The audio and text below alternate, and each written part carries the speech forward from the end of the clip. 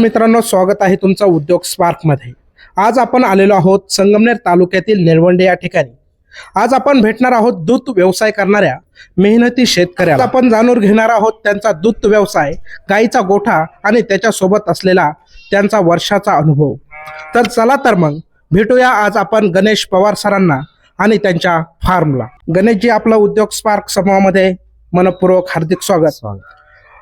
आपण जो काय हा गाईचा गोठा सुरू केलेला आहे, याची जी काही सुरुवात आहे ती सुरुवात आपण कशी केली?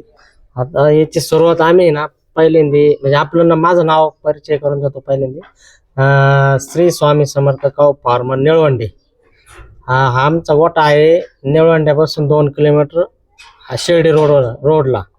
तर आमची सुरुवात अशी झाली, पहिल्यांदा आम्ही 2 गाई घेतल्या।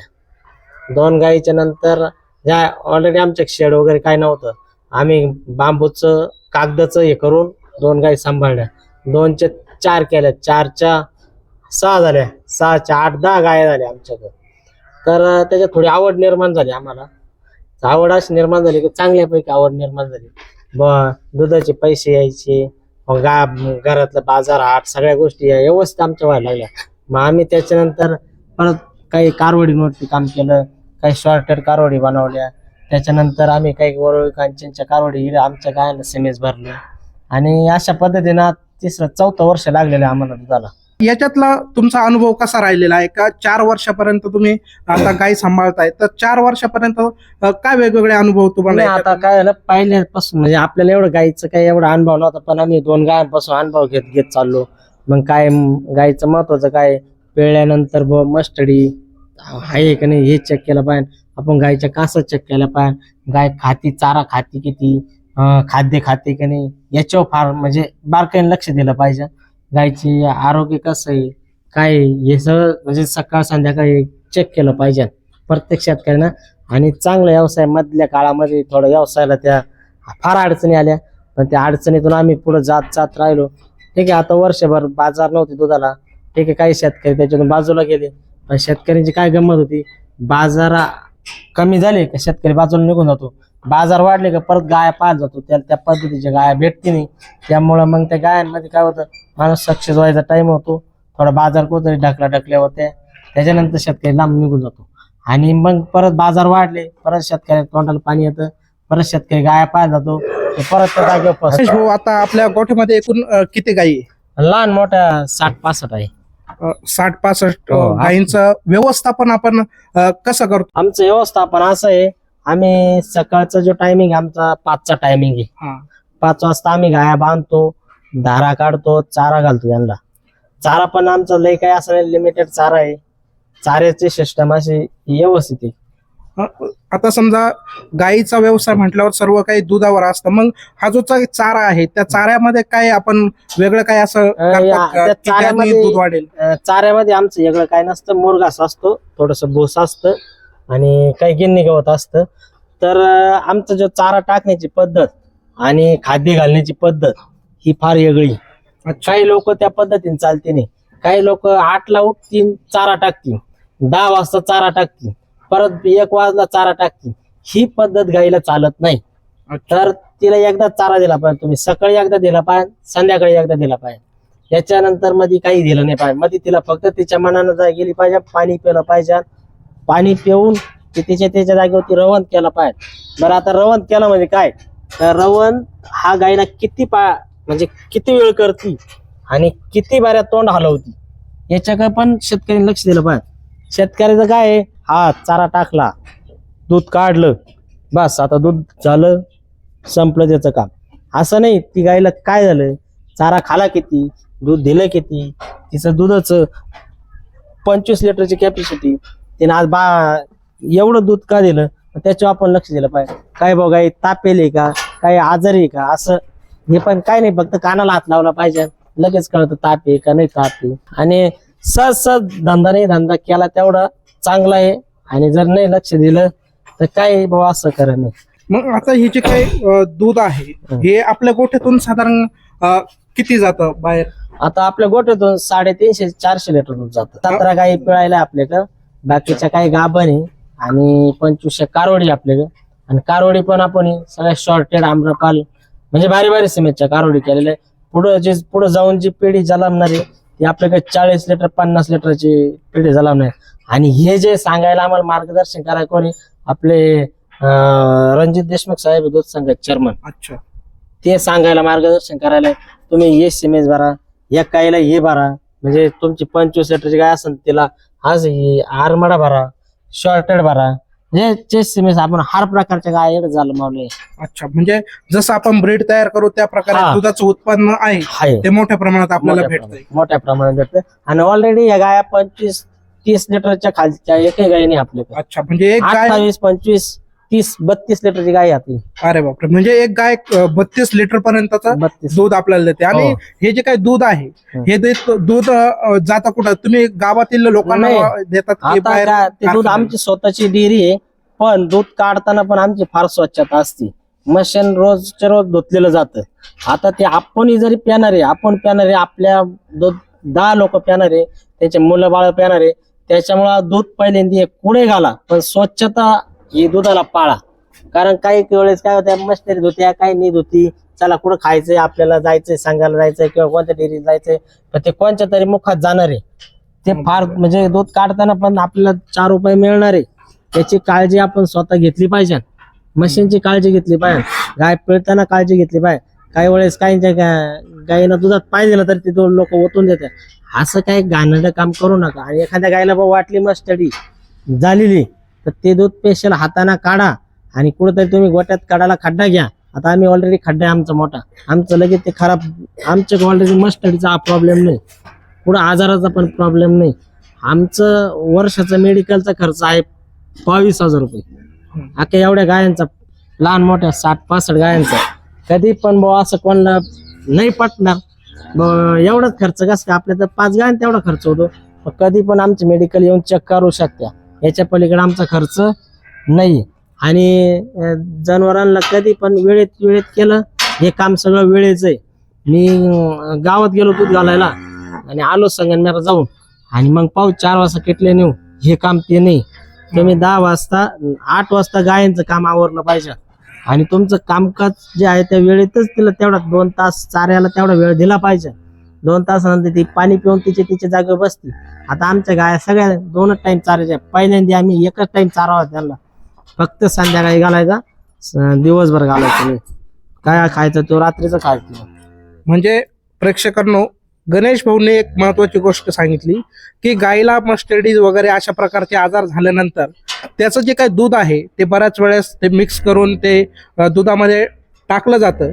परंतु गणेश भाऊनी जे सांगितलं की त्यांच्या गोठ्यामध्ये ती काळजी त्या ठिकाणी घेतली जाते, ती स्वच्छता त्या ठिकाणी राखली जाते. जे दूध काढण्यासाठी मिल्किंग मशीन आहे त्याची स्वच्छता त्या ठिकाणी राखली जाते. आणि जे काही अशा प्रकारचं दूध ज्या वेळेस कधी प्रसंग येईल त्यावेळेस त्याच्यासाठी स्पेशल जागा त्यांनी केलेली आहे आणि त्या ठिकाणी ते दूध टाकून दिलं जातं. अशा प्रकारे या गोठ्यामध्ये त्यांनी व्यवस्थापन केलेलं आपल्याला दिसून येतं. परंतु हे जे काही गोठा आपण सांगितलं की आपला मेडिकलचा खर्च जवळजवळ 22,000 रुपये त्या ठिकाणी होतोय, तर आपलं जे काही उत्पन्न आहे ते उत्पन्नाचं कसं, किती उत्पन्न त्या ठिकाणी आपल्याला मिळतं? नाही, आता ते उत्पन्न कसं आहे ते ठीक आहे, लोकांना सांगितलं ते पटत नाही. पण आता महिन्याकाठी आमचं 3.5 लाखाच्या आसपास पेमेंट होतं.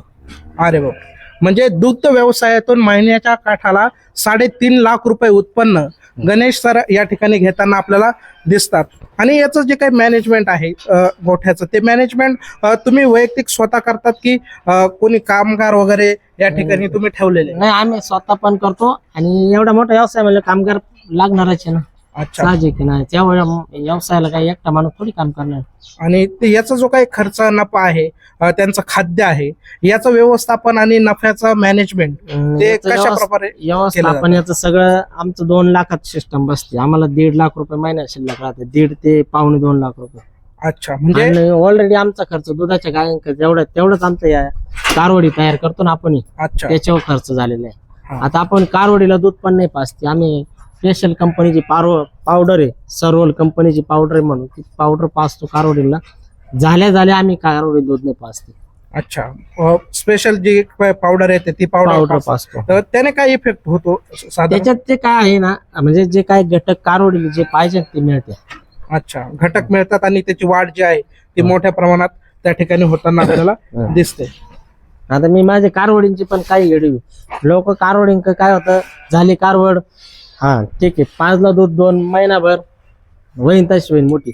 तुम्ही 10 कारवडी सांभाळण्यापेक्षा 4च करा गोठ्यात मोठ्या. अच्छा. पण ते व्यवस्थित त्याचं संगोपन करा. आता माझ्याकडे भरपूर कारवडी लहान मोठे इकडे पण कारवडी काय सायवाले हरियाणा. तर गणेश भाऊ, आता आपण बघितलं की तुम्ही जे सांगितलं की तुम्हाला 1.5 लाखापर्यंत नफा याच्यातून मिळतो, परंतु हे जे काही व्यवस्थापन आहे हे व्यवस्थापन खूप गरजेचं असतं, त्याशिवाय एवढा मोठा नफा मिळवणं पण अशक्य होतं.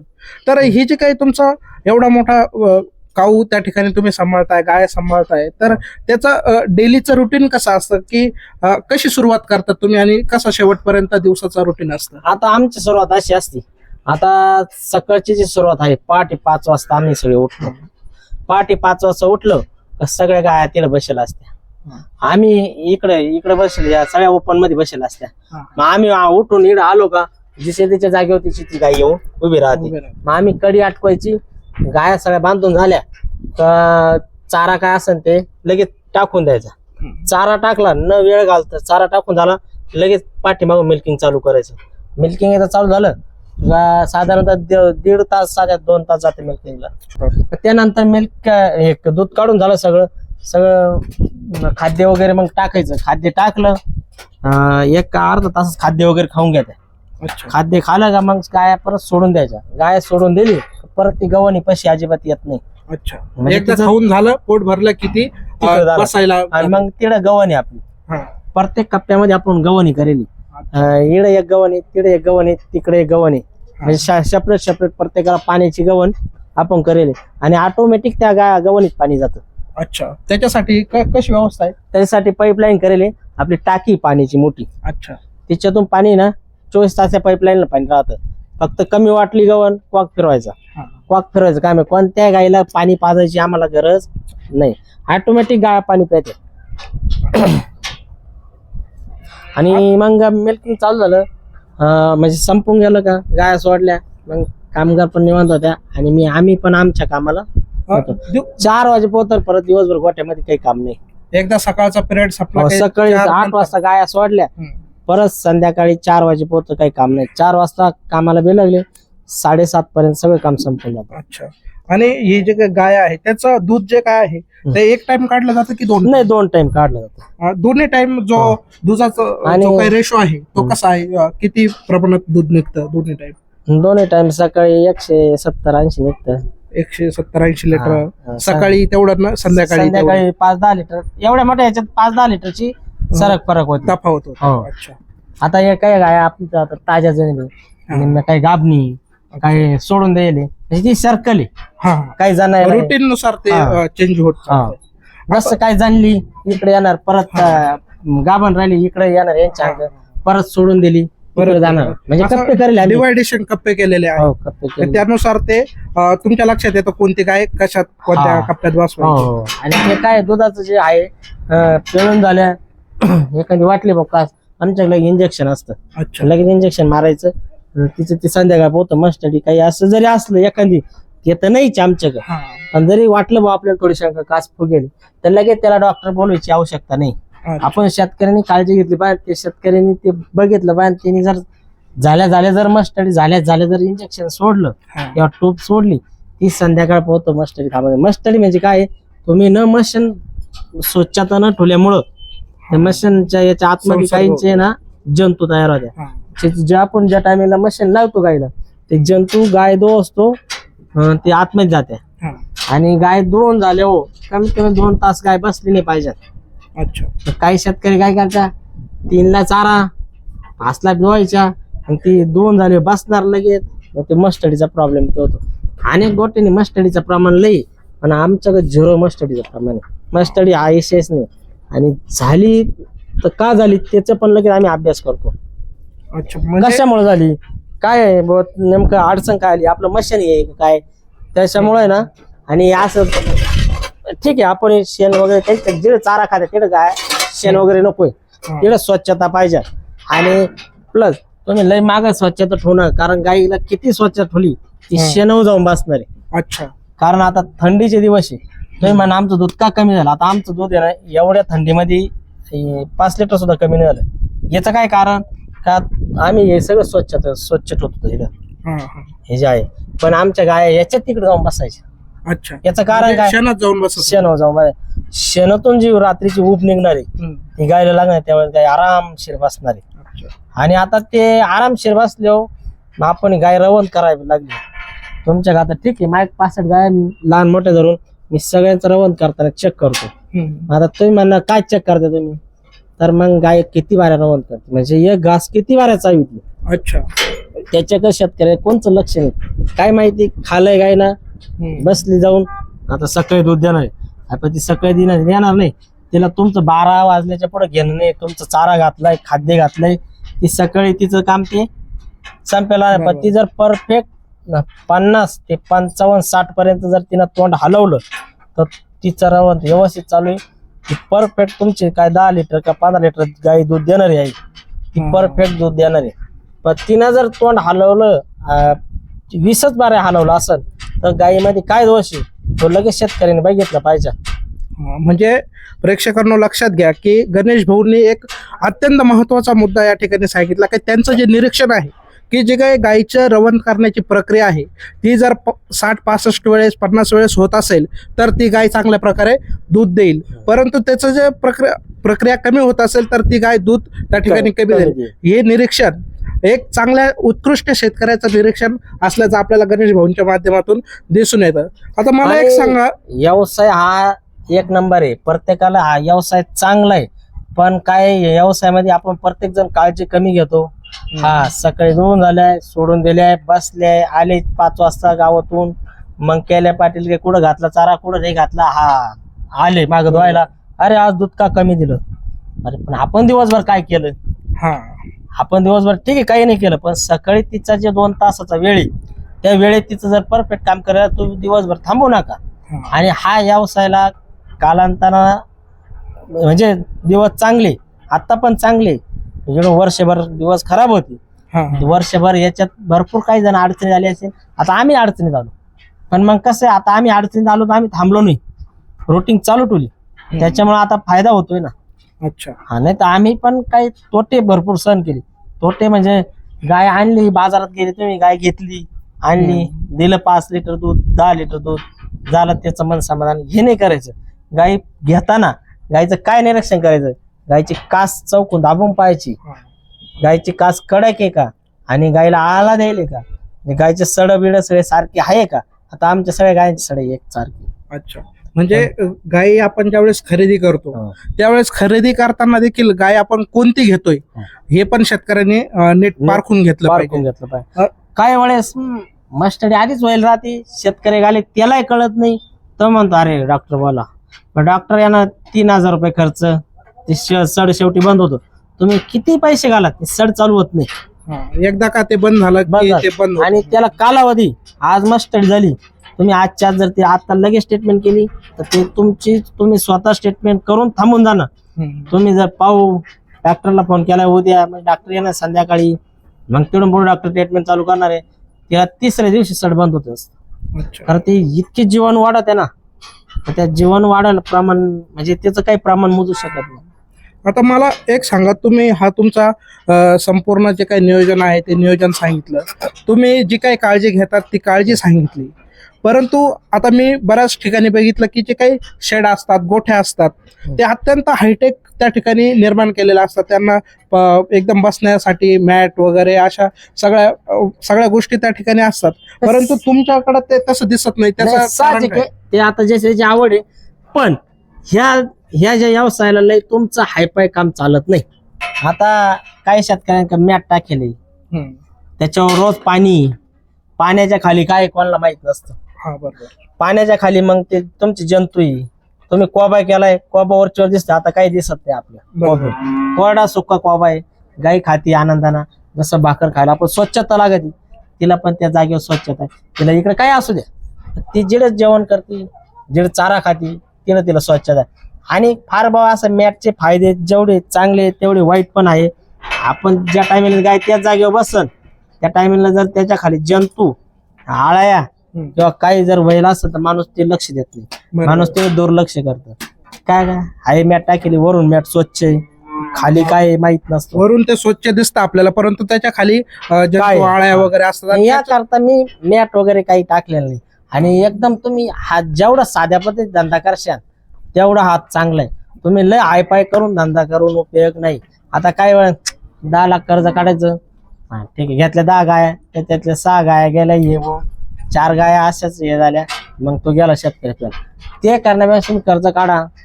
कर्ज काढून तुम्ही पहिलं उत्पन्न चालू करा.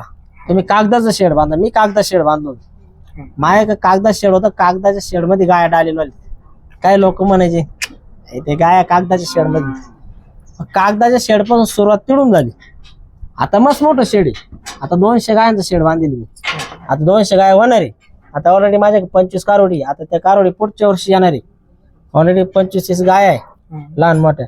हे चालूच आहे, हे रुटीन बंद नाही. आज जरी आपण बाहेर गेलो त्यांना दोहाच लागणार आहे. उद्या काहीतरी झालं तर त्यांचा सकाळचा टायमिंग तोच ठेवा लागणार आहे. संध्याकाळचा जो टायमिंग तोच ठेवा लागणार. तुम्ही गावाहून नाही आले तरी ते दोहाच लागणार आहे. म्हणजे याची काळजी आपण, म्हणजे मागची जी फॅमिली सगळे जण त्याच्यामध्ये राबले पाहिजे. एक माणूस राबून उपयोग नाही. मग एक माणूस राबला तो कटाळतो. ते कटाळा नाही आला पाहिजे. या धंद्यामध्ये कटाळा नाही. तुम्ही 2च तास काम करा, 3रा तास पण घालू नका. 3रा तास घालायची पण तुम्हाला गरज नाही. जे काही 2 तास काम करायचं आहे त्याचं व्यवस्थापन तुम्हाला करता. परफेक्ट काम करा. तुम्ही परफेक्ट काम केलं, तुम्हाला 3रा तास पण त्याच्या पैसे घालायला लावणार. आणि एकदम साधे गोष्टी आता फार म्हणजे पुढे जाऊन नवीन निघलंय. चारा टाकायला ऑटोमॅटिक सिस्टम आली. थोडेस पण मोठा व्यवसाय करून चाऱ्यातून, म्हणजे चारा टाकायला सिस्टम आली, लगेच त्याच्यात जाऊ नका तुम्ही. आधी आपण कॅरेटला टाका. आधी कॅरेटचा अनुभव घ्या, तेवढा पडतो की नाही, नंतर मग तुम्ही वाढा हळूहळू. तुमच्या 50-100 गाय झाले किंवा 10-20 झाले, तुम्हाला सोपं काम करायचंय, तुम्ही करू शकता. पण तुम्ही 2 गाय घेतल्या, तुम्ही चाऱ्याला याला तुम्ही म्हणजे त्याच्यातलंही पडू नका. तुम्ही व्यवसाय चालू द्या. दमा त्याच्यात उत्पन्न आलं किंवा जरी बाहेरून पैसे आणून घातले, तर तुम्ही गायीवर खर्च करा. तुम्ही लगेच हायपाय शेड बांधून आणि लय मी मोठा बारीक गोठा बांधला, याला तुम्हाला कोणी विचारणार नाही. तुम्ही मस्त साधं घाला. तुम्ही पत्रे लोखंडी टाका, सिमेंटचे टाका. ऑलरेडी सिमेंटच्याच पत्र्याचं काम आहे. पण ठीक आहे, आपल्याला काही अडचणीनुसार सिमेंटचे पत्रे नाही टाकायचे, पण आपण लोखंड टाकले. पण मग आता मी 4 वर्ष त्याच्यामध्ये चाललोय. आता याच्या 4 वर्षाचा असा अनुभव आला का याला काय लागत, याला परफेक्ट चारा, खाद्य आणि व्यवस्थापन परफेक्ट लागत. आता काही कसं जरी ओपन गाय आहे, पण ते काय करत्या, चारा टाकून द्या ना, जेवायला निघून जाणार. ती गाय जादा वेळ पण त्या जागेवर नको. तिचा 2 तास झाला, ती गाय सुटून पाणी पिऊन तिच्या जागेवर ती बसली.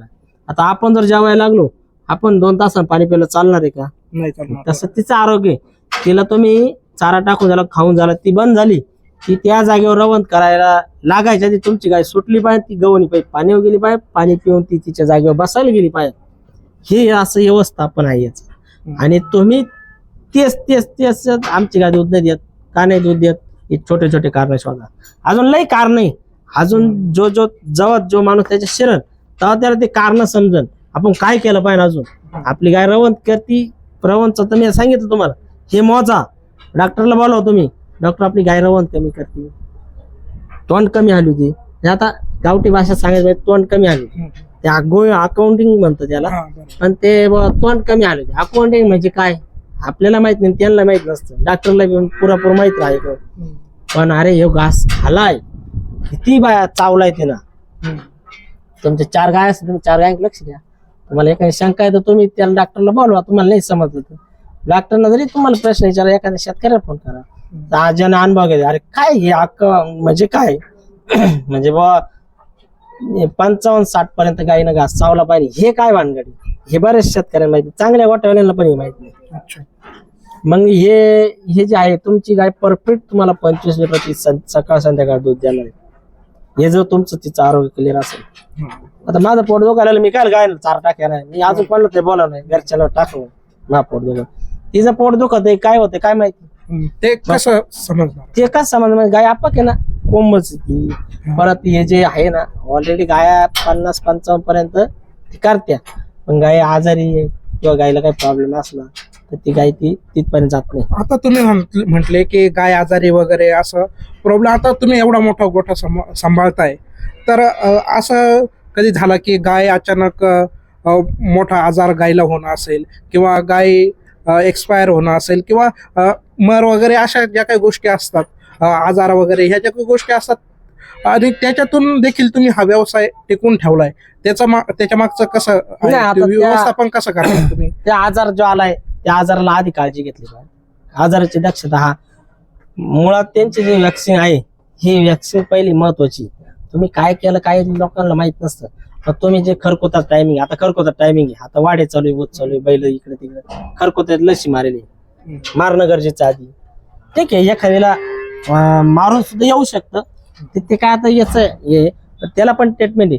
आली खरकोत आलाय, हा लगेच बाहेर काढा, ती लाळ गाळती, असं म्हणजे लाळीचा अनुभव आहे. आता खरकोतच म्हणजे काय, लाळ गाळणे, तोंडाला फोड येणे, हे खरकोतच. लंपी येतो, लंपीला काय आहे, फोड उठणे. हा आपण म्हणतो डसला असेल, डास आला फोड, नाही त्या फोडाचं निरीक्षण केलं पाहिजे बारकाईनं. बरोबर मग तो जर एक फोड एकीला आला तर ते 10 जणांना घेऊन जाणार तो फोड. बरोबर. एकाला इन्फेक्शन ट्रीटमेंट झाली पाहिजे. हा? एकाला इन्फेक्शन झाल्यानंतर पुढच्या पूर्ण गोठ्यात मध्ये त्याचं इन्फेक्शन होऊ शकतं. मग समजा असा प्रसंग येत असेल की आजारी पडले आणि खूप मोठ्या प्रमाणात इन्फेक्शन होतंय, तर त्याची प्रिकॉशन काळजी कशी घेता तुम्ही? त्याची काळजी आता बाय सुरुवातीला जे काय आता हे व्यवस्थापन झालं, आता सकाळी मी उठलो का पहिले सगळी काही चक्कर मारणार, काय कोणती काय चारा खाती कोणती नाही खात. आणि आमचं चारा पण मोजून मापून आहे. बघ घातलं 40 किलो, खाला तेवढा खाला, असं नाही का नाही खाला, कमी खाला ना तिथं लगेच गोळ्या औषध आमच्या लगेच असतात, लगेच देऊन टाकत. संध्याकाळ पोहत तिनं नाही केलं संध्याकाळी डॉक्टर गरज वाटली तर. गणेश भाऊ, मला खरा प्रश्न असा विचारायचा होता की आता जर समजा आजार आला किंवा काही नैसर्गिक आपत्ती असेल तर त्याच्यामध्ये बिबट्याचे हल्ले असतील, अशा काही नैसर्गिक आपत्ती आल्यानंतर जे काही गाया दगावतात, मृत्यू होतो त्यांचा, तर त्याच्यामध्ये सरकारची काही मदत भेटते का? त्याचं नियोजन कसं केलं जातं? नाही, आता असं आहे, सरकार मदत काय करणार आहे बाबा, हीच पडली म्हणजे वाघानं धरली त्यावेळेस सरकार काय मदत करायची करतो.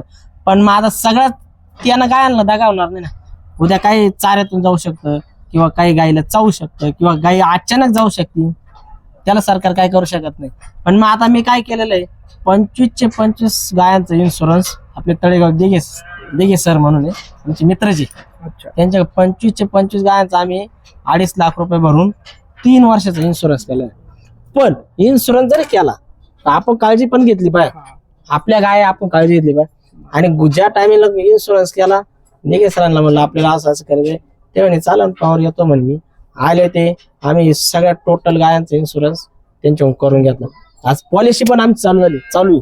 म्हणजे जर एखादी गाय दगावली तर त्या इन्शुरन्सच्या माध्यमातून त्याचे काही पैसे आहे ते नुकसान भरपाई आहे ती रिकव्हर त्या ठिकाणी केली जाते. म्हणजे मग फार असं काळजी करायचं काम नाही राहत ना. पण ते थोडे पैसे कधी काळी एक गाय गेली तरी थोडे पैसे येऊन जातात. बरोबर. यांना आता दुर्दैवाने जाऊ नये, पण त्याचं सांगता येत नाही.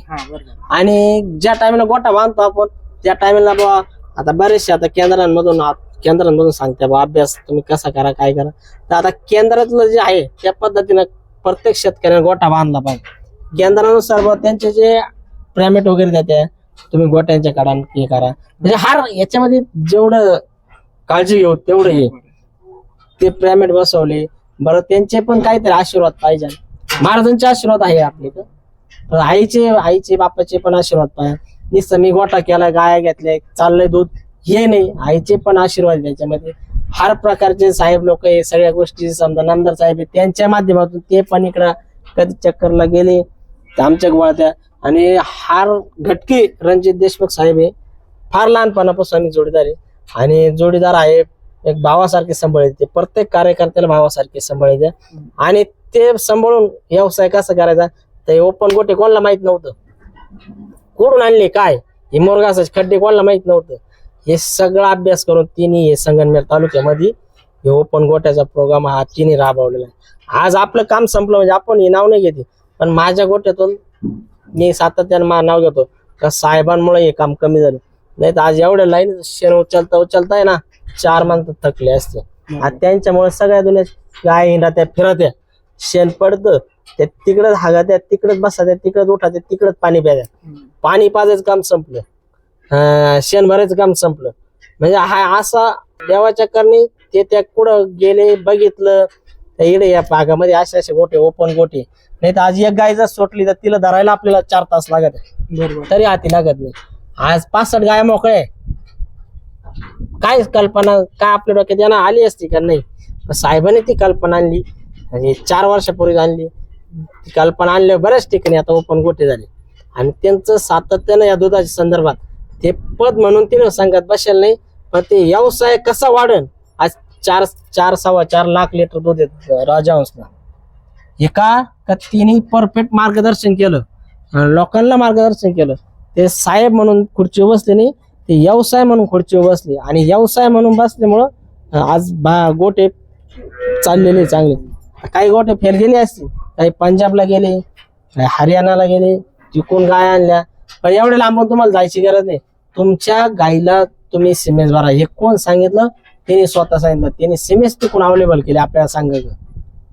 ते सिमेंट आपण इथं भरले, ऑलरेडी भरले आपण. आता तुमच्याकडे अवेलेबल आहे का? हा, आता कारवाडी ऑलरेडी आमच्याकडे झालेले आहे. चला आपण ते पण बघू ना.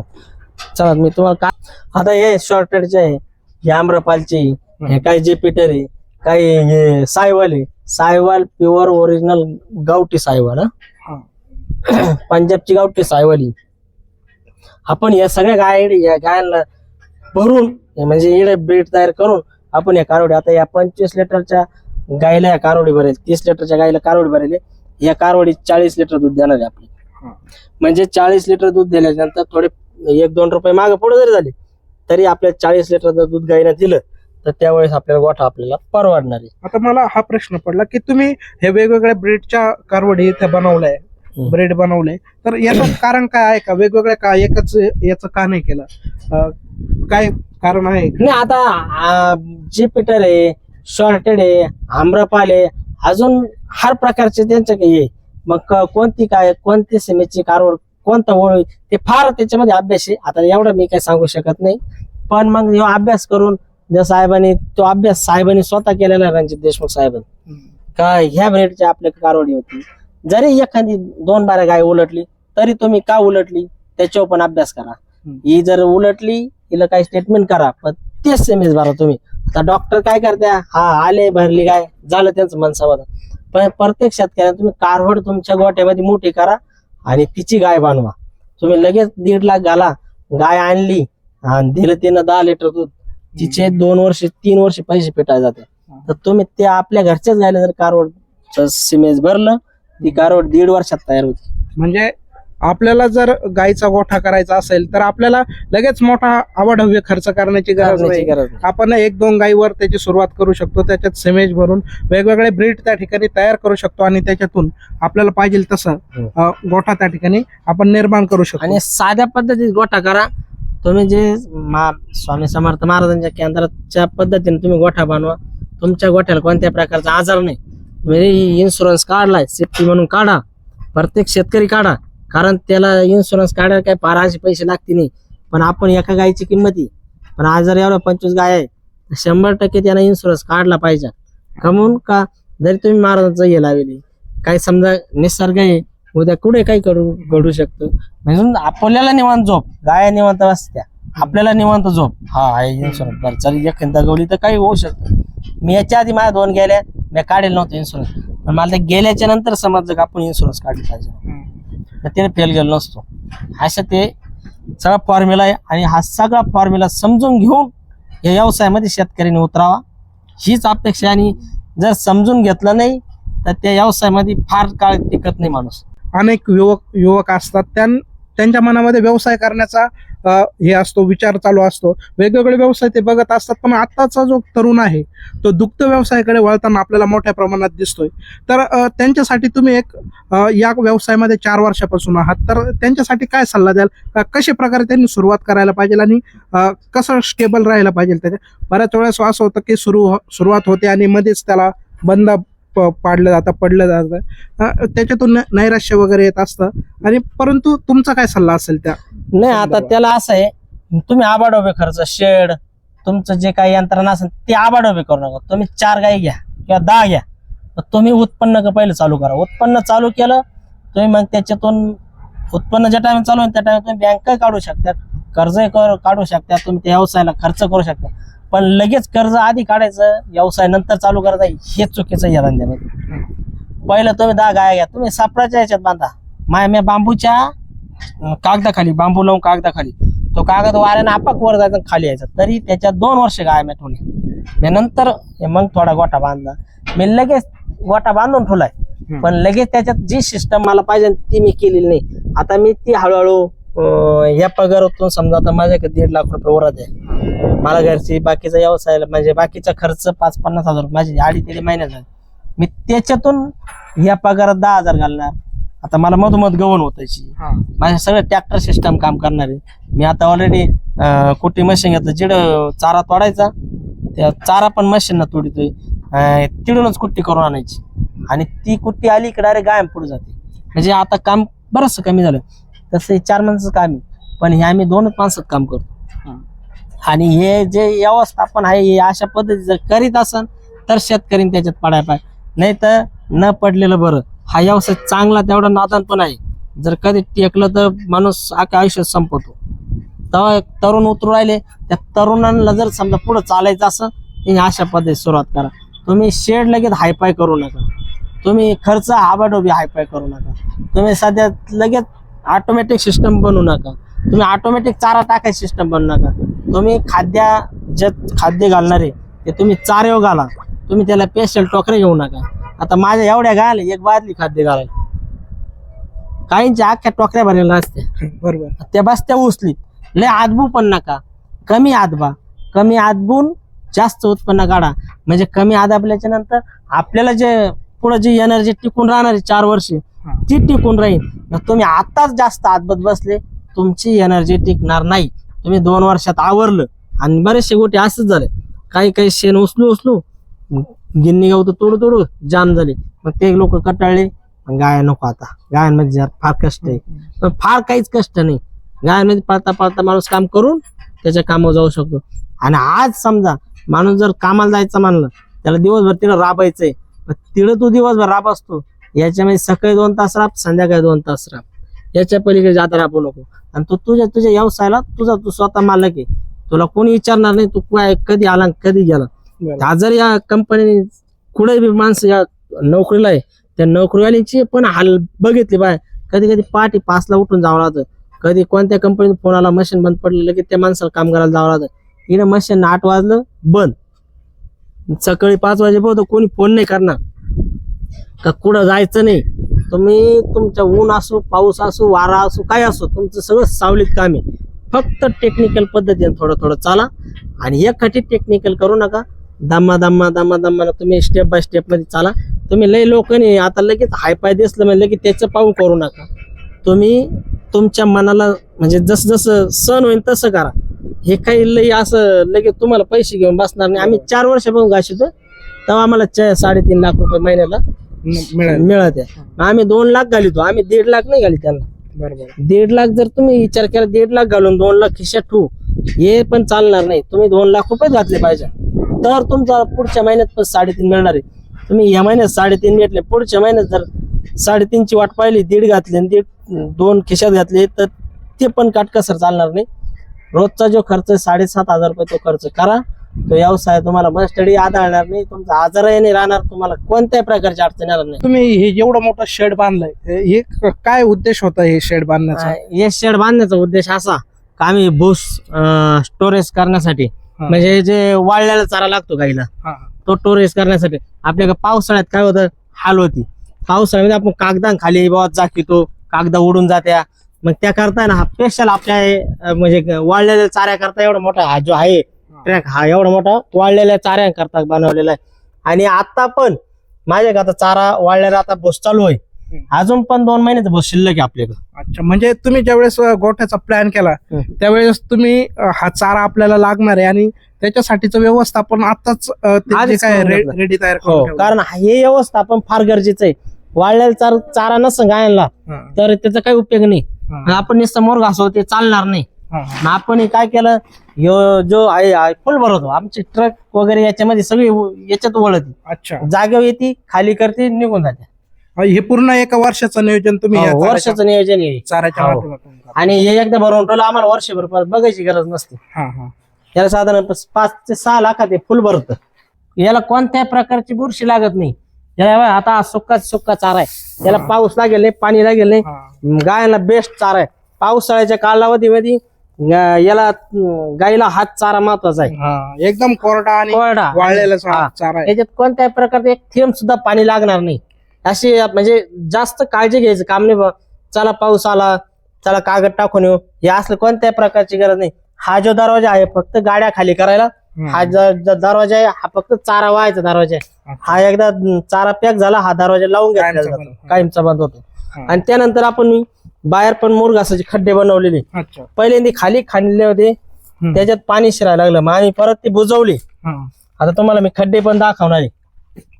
आता ते बुजवले, नंतर वरून माती टाकून आपण ते खड्डे परत बनवले. बनवले. हो, म्हणजे हे कसं गरिबी हरिबी खर्चाचं काम आहे. हा. बनवला 150 टनाचा खड्डा आहे. आता हे खड्डे बनवायची आयडिया कोण सांगणारा?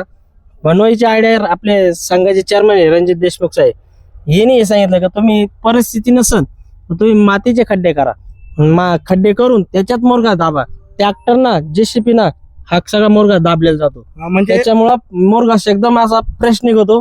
आणि गायला जो म्हणजे ज्या पद्धतीचा मुरगा पंजाब हरियाणा तिकडे बनतो हा, त्या तो पद्धतीचा मुरगा शिडा खड्ड्यामध्ये बनतो. म्हणजे आपण ज्या वेळेस बघतो की जे काही मुरघासाच्या बॅग वगैरे आहे, त्याच्यापेक्षा हे जे काही खड्ड्याचं केलं तर ते आपल्याला त्याच्यामध्ये खड्ड्यामध्ये 150 टन म्हणजे 1.5 लाख रुपये आपले भरायची वाचा त्या. अरे बापरे. हा, हा. म्हणजे खर्च कमी होतो या खड्ड्यामुळे. आता मी पुढे जाऊन चॅनलचे बनवणार आहे. म्हणजे आता ही परिस्थिती जशी जशी सुधरत तसं मी त्या पद्धतीचे काम करणार. बदल चालू. पण वाळलेल्या चारा भरून ठेवायला स्पेशल तुम्ही शेड बनवा, हा, हा. कारण त्याला कॉम्प्रोमाइज करू नका. पावसाळ्याचे उन्हाळ्याचे हिवाळ्याचे दिवस असतात, म्हणजे वाऱ्या वावताना दिवस असतात, कागद आपले राहते नाही बुसव. हा. त्याकरता तुम्ही भूस हा साठा आहे ना करून टाक. प्रत्येक शेतकऱ्याला भूस घातल्याशिवाय पर्याय नाही. भूस वाळलेला चारा जो काही असू द्याचा, मका, ज्वारी, गव्हाचं भूस, कायचं भूस असो तिने साठून ठेवा. म्हणजे तुम्हाला वर्षभर कुठं पायची गणगण राहिली नाही पाहिजे. आणि हे असे खड्डे करा. खड्ड्याच्या नंतर मग हळूहळू तुम्ही प्लॅन करा बाबा चॅनलचे बनवा. आता मी इकडे जी जागा आहे चॅनलची बनवणार आहे. अच्छा. असं सांगितलं साहेबांनी, तुम्ही मुरगा खड्ड्यात पद्धतीत बनवा, हा, हा. म्हणजे तुमचा खर्च वाचन. बरोबर. आता साहेबांनी पुढे जाऊन एक योजना आणली, बायोगॅस. हा, हा. आता मी तुम्हाला बायोगॅस सांगणार आहे काय आहे. आता बायोगॅस साहेबांनी ही योजना आणली, त्याचे काय 40 का 45 हजार रुपये त्याचा खर्च आहे. पण तो पूर्णपणे अनुदानामध्ये 12,000 रुपयात बायोगॅस येऊन कंपनीचे लोक जोडून देतात. आता या बायोगॅसची म्हणजे हा खर्च जो आहे साहेबांनी ते वाचवला, खड्ड्याचा बॅगेचा खर्च हा, हा. प्लस तुमच्या घरात महिन्याला किती टाक्या लागणार आहे? 2 टाक्या 2,000 रुपये टाक्या झाल्या, हा. तर ते पण 2,000 रुपये साहेबांनी वाचवले. आता हे 1 टोकर शेण जर कालवलं बर. तर 3 तास गॅस चालतो. गॅस पण एवढा असं जावा चालतो त्याला. मोठा जाळ चालू. हो, आणि आमचा पूर्ण कुटुंबाचा स्वयंपाक होऊन गॅस शिल्लक राहतो. म्हणजे हा. हे जे आहे एवढ्या एका टोकरीमध्ये आता हे टोकर 1 टोकर टाकेल एवढं शेण कालवलं, हा. 3 तास आमचा गॅस चालतो. एवढ्या याच्यात म्हणजे 3 तास म्हणजे खूप वेळ. त्याच्यावर हा. 2-3 स्वयंपाक एका वेळेस होऊ आता शकतात. आमचा 1.5 तासाचा स्वयंपाक होतो सगळा. आणि हा. पूर्णपणे म्हणजे हा जो खर्च जो वाचवायचा, शेतकरी कसा वाचला पाहिजे, त्याचे महिन्याला 2,000 रुपये वाचले हा. शेतकरीचे. म्हणजे हा जो इंधनाचा जो खर्च आहे हा डायरेक्ट 0 झालेला आहे माझ्या घरात. बरोबर. मला हे कोणत्याही प्रकारचा खर्च नाही. आणि जे आता चॅनलचा जो विषय झाला मगाशी, तेव्हा आता चॅनलचा डायरेक्ट खड्डा असा बनवणार, हा. त्या पद्धतीने गवणी पूर्ण करणार. गावाने बनवलं. त्यानंतर पुढे गाया जर वाढल्या तर तो चारा डायरेक्ट ट्रॅक्टरना भरून डायरेक्ट ऑटोमॅटिक. आता मला मी एवढ्या गाया केल्या म्हणजे ऑटोमॅटिक सिस्टम आता मी हळूहळू करायला लागलो. की आता आपण बघितलं की तुमचा गोठा बघितला, गायांचं व्यवस्थापन बघितलं, चारा साठवण्यासाठी तुम्ही एवढं मोठं शेड बांधलंय, मुरघासाचं व्यवस्थापन असेल, बायोगॅसचं व्यवस्थापन असेल, या सर्व गोष्टी आपण बघितलेल्या आहेत. आणि तुमचं उत्पन्न देखील तुम्ही सांगितलं का 3 लाखापर्यंत उत्पन्न होतं, 1.5 लाखापर्यंत तुमचा नफा जातोय. आणि हे सगळं होत असताना एवढी सर्व यंत्रणा जी काय आहे ती जी काही उभी केली, याचा आतापर्यंतचा खर्च किती झाला आणि नफा कितीपर्यंत आपल्याला राहिला असेल, याचा काही अंदाज? नाही, आता त्याला असं आहे, हे खर्च एकटी केलेला नाही आपण. हा. आपण काही प्लस बँकेचे पैसे आले, आपल्या दुधाच्या उत्पन्नातले पैसे आले, काही बाबा शेणाचे आपलं काही समजा शेण पण आपण म्हणजे जे हा. खत आहे बरोबर. ते पण याचे काही पैसे आले, मग आता हे कर, पुढच्या वेळेस ते कर, अशा पद्धतीने ना हा जवळजवळ खर्च 20 लाखापर्यंत आपला 20-25 लाखापर्यंत शेड वगैरे सगळा खर्च गेला. आपल्या गाया 25 लाखाच्या प्लस आता पुढे जे होणाऱ्या गाया कारवडी ते आता ते चालूच आहे, त्याला काही खर्च नाही. मग ते झाल्याच्या नंतर आपण खर्च करतो त्याला. अच्छा, म्हणजे आता जे काय आपण बघितलं की गणेश पवार सरांचं हे जे काय व्यवस्थापन आहे, हे व्यवस्थापन 4 वर्षापासून ते करताय आणि 4 वर्षामध्ये 25 लाखापर्यंतचा खर्च त्या ठिकाणी त्यांनी केलेला आहे, असा त्यांचा अंदाज त्या ठिकाणी त्यांनी सांगितलेला आपल्याला दिसतो. आता खर्च असा आहे का, आम्हाला शरदचंद्र बँक आहे आमच्या गावात पतसंस्था शरदचंद्र, त्या शरदचंद्र बँकेचे पण आपण आभार मानले पाहिजे का तिनं जे मार्गदर्शन केलं ते चांगल्यापैकी मार्गदर्शन केलं. वेळेत आम्हाला कर्ज दिलं, परत आम्हाला थोडं वाढून लागलं ते पण दिलं, पण ते कर्ज दिलं, पण ते कर्ज देताना बँक काय करते त्याचं टायटस पाहते सगळं. मग तिने ते कर्ज दिलं, त्यांच्या पण आशीर्वाद आमच्या फार्म हाऊसला आहे, कारण ते वेळेत आणि आम्हाला वेळेवेळेत जे कर्मचारी त्यांचं मार्गदर्शन वेळोवेळी राहतं. कारण इकडून जरी आम्हाला गाय गोठ्यातून जायला जमलं, साहेब आमचं असं असं काम आहे, मला यायला 1-2 तास उशीर लागेल, तरी ते आपलं काम करून देते आधीच. म्हणजे यो फार मोठा शरदचंद्र नागरी पतसंस्थेचा विषय आहे, हा पण लय महत्वाचा. याच्यामध्ये तिचा पण निम्मा वाटा आहे. आणि याच्यानंतर जे आपले साहेब थोरात साहेब असतील, रणजित देशमुख असतील, डॉक्टर साहेब असतील, हे सगळ्यांचं मार्गदर्शन आम्हाला लागलं. आणि माझी आईवर फार मला संकट आले. आई पण आहे ना नाशिकवरून जाऊन ऑपरेशन करून वाचून आज ती पण या फार्म हाऊस तिची सावली पडती, तो पण लय मोठा आशीर्वाद आहे. आणि स्वामी समर्थांचा आशीर्वाद आहे. अनेक मान्यवर दिवसभरात भरपूर भेटी होते, त्यांचे पण आशीर्वाद आहे.